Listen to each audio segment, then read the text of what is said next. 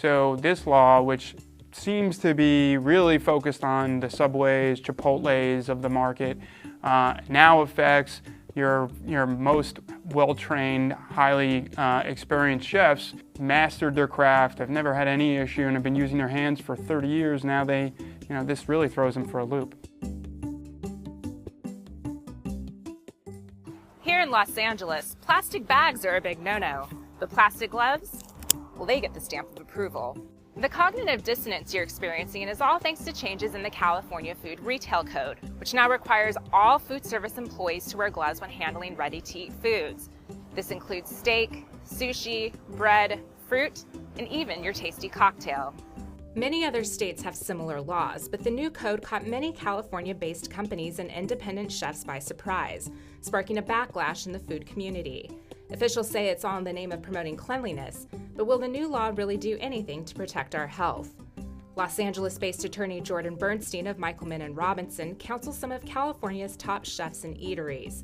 He recently sat down with Reason to discuss the unintended consequences of the new law. The previous law discouraged bare hand contact with food unless you were really complying with the laws regarding washing of your hands. So you were allowed to have bare hand contact with food as long as you were really paying attention to keeping your hands clean and really abiding by all the other health and safety regulations within a kitchen setting. The big issue is the sushi chef in LA or across the country that's really, you've never seen really a sushi chef preparing your rolls or your sushi pieces with gloves on, so they've always been with their bare hands. So that's really one of the big consequences, that sushi chefs will now have to wear gloves. Also, recently there's been a big hubbub about bartenders having to wear gloves. And they're often handling lemon or fruit, oranges, everything that they're doing, all the crazy concoctions that are out there. Everybody's trying to make the newest drink. The bartenders are going to be back there wearing gloves. You advise a lot of these restaurateurs and chefs. What kind of questions are you getting from them about this law? One is, how do we really comply with it, and what's the expense that could be associated with? Because a big kitchen that has 30, 40 people in it, just think about it, through the course of one day could go through hundreds, if not thousands, actually not hundreds, probably thousands of gloves.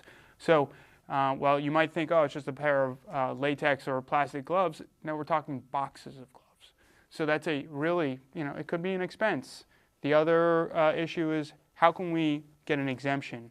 The problem is, California really hasn't told you how you can get that exemption, and in just reading the statute itself, it's a pretty onerous process or compliance procedure to become exempt from the law. Let me ask, was there any sort of impetus for this law? Because it seems, like you said, there have been chefs that have been working with food for almost 30 years. Why have this law now?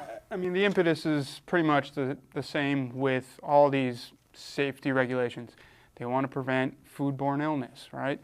But I would say most foodborne illness comes either from the source of the food, potentially the meat or the vegetable already has it on the product, and it's a matter of cleaning the product, not necessarily someone's hands. Some of the notable chefs in LA, at least, have said there's a possibility that wearing gloves really won't have the intended effect, because people will use it as a sort of a false sense of security in that their hands are clean, and they won't actually wash their hands, they'll just put on gloves. We contacted several chefs to get their take, and they were all afraid to kind of open up because they're afraid of getting the shakedown from the health department.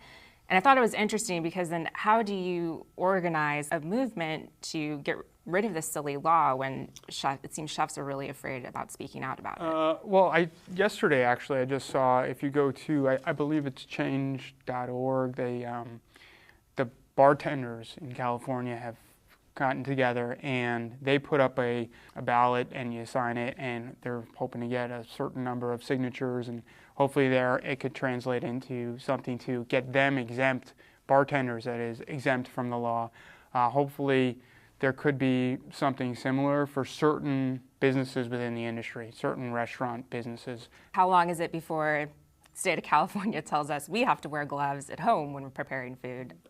That would be very interesting if they stepped into your house and told you what to do, but it never stops the legislature from doing so. Before you start trashing your plastic bags for kitchen gloves, there is some good news. The California Restaurant Association is working with the state legislature to improve the law before it fully goes into effect. Maybe they can convince Sacramento bureaucrats that having a cookie-cutter approach to food safety has no place in any kitchen.